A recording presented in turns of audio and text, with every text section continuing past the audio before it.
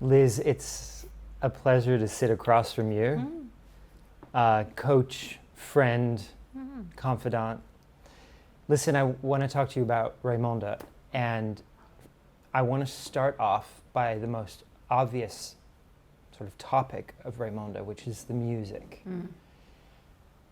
Everyone in the ballet world, ever since I started training, and probably you started training, raves about the music of Raymonda, and they, express its depth, its soul.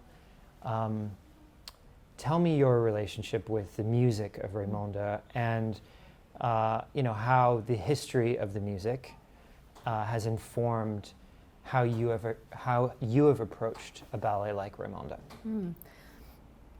Thanks, Dave. That's a really interesting question to start off our conversation.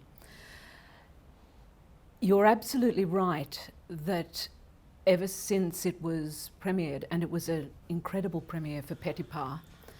He was 80 when he choreographed Raymonda, and Tchaikovsky had died. So he used Alexander Glazunov, who was an absolute child prodigy as a pianist and a composer. Glazunov composed his first piano sonata when he was 11 and was whisked off into the top conservatories all over Paris, all over Europe, and throughout Russia. So Petipa really wanted to do a big final ballet, and there was great expectations on him, and it was advised that he uses this young man, and they had such a great relationship from the moment they started working together. Amazing, because you can hear it in the music. Yeah. I mean, it's so harmonious, Yeah. and so different from what Petipa did with Tchaikovsky. Absolutely. Because there's in Tchaikovsky and Glazunov's partnerships, there's a sense of imperialism in that work. But with Glazunov and Petipa, there's a sense of grandeur, but it's more almost exotic. Yeah, exotic and soulful. And he takes you to the different realms of what we wanted to be drawn by as an audience. The music placed you in those positions without seeing Petipa's great choreography over the top of it. Yeah. So Glazunov was 33. It's a very rich score, and of course Petipa made the most of the dances. It was Raymonda's evening.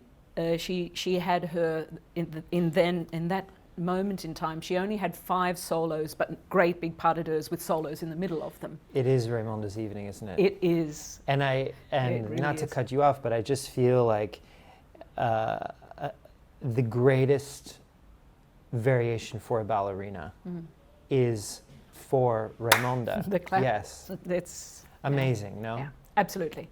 And it's one of those iconic solos where it's in the simplicity of the choreography, which makes it technically so difficult. She barely comes off point for 3.5 minutes.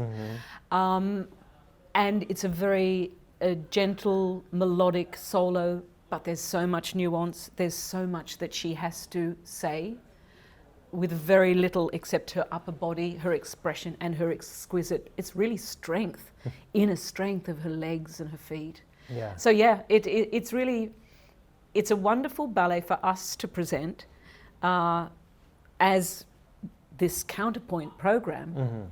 And even though we don't see the full length work, it's very often done as what's called grand pas classique, a potted version of the third act, which we're going to present. And it's really a true showcase. I mean, it is a true showcase for Raymonda, as we said, but it's a true showcase for the dancers of the company, because it's technically very demanding for the men, for the women, for the leads. And I think it is really showing the strengths classically of this company.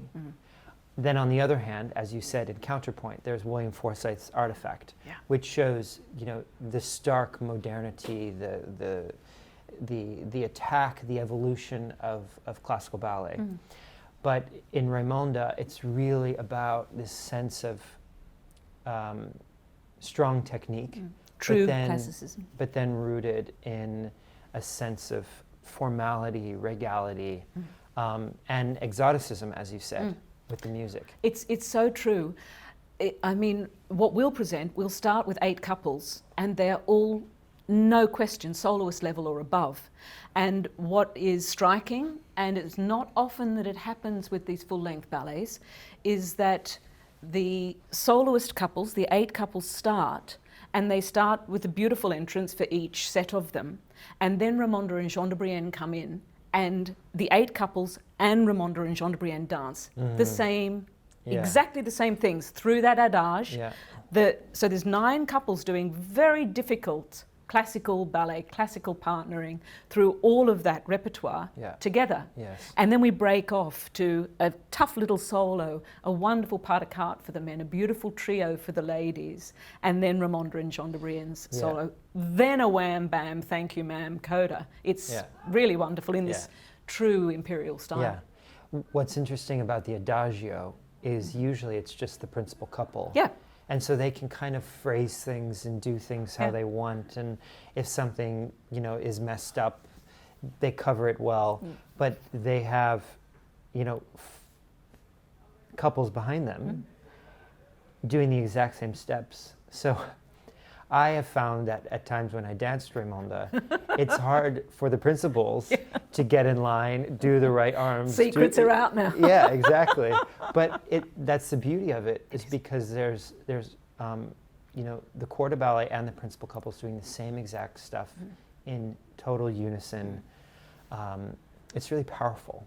It was a joy for me to be given this facet of the ballet to put together, because you've asked each of us in the team to teach out and start to coach separate little items or certain items. And you asked me to do the group, the entrance, the adage and the coda. And what you've just said was a really wonderful challenge to look at how I would or how we would like the 8 couples to look, which is like the principal couple, as polished, as refined, as elegant, as specific as the principal couple will be. So we've been in rehearsals knitting it down or breaking it down to half counts, quarter counts, how we're going, where our eyes are going to be on these final positions, or exactly the height of the ponche leg. When the ladies step and they go into the beautiful ponche position, exactly what line are we after? And everyone must find that line to make it satisfactory. And that's one of the beauties of it for me. And I find the rehearsal process is also, like you said, getting there, getting it together in unison, bringing it out of the dancers.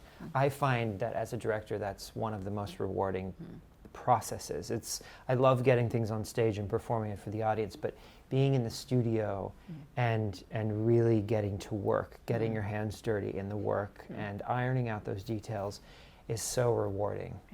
It is, and it's the meter. It's my bread and butter. Actually, it's what I do on a daily basis, and it's so important for me to be clear, to clarify a version, because if you have a ballet like Raymonda, which so many companies have done, and there are iconic recordings of especially the Nureyev version. Paris Opera Ballet did it exquisitely throughout the 80s and the 90s. But we want to do our own and define our own version with small, you know, our nuances. That's been a lovely part of my work in the preparation, to have a version to show you. And I'm so happy we can talk about how we can fix it or make it suit to the smaller stage here in Sydney. That's one thing that I noticed could have been a challenge if we just picked a version which is danced on the big stages. This year we're only dancing it in Sydney, and I had done a similar version in Sweden in 2014 or 15, and that stage is similar to Stockholm.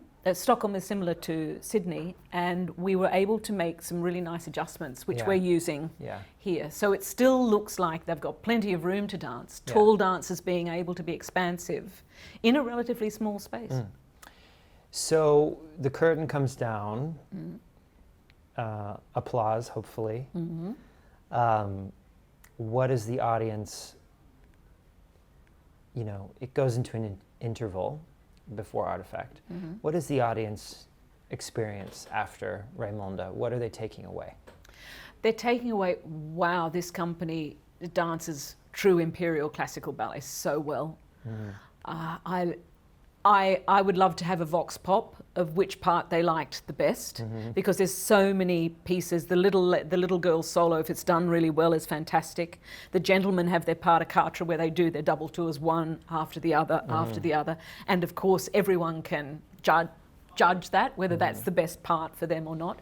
But I think they take away a sense of standing with a truly classical work in magnificent tutus. We're not affected. We're not a swan. We're not a fairy.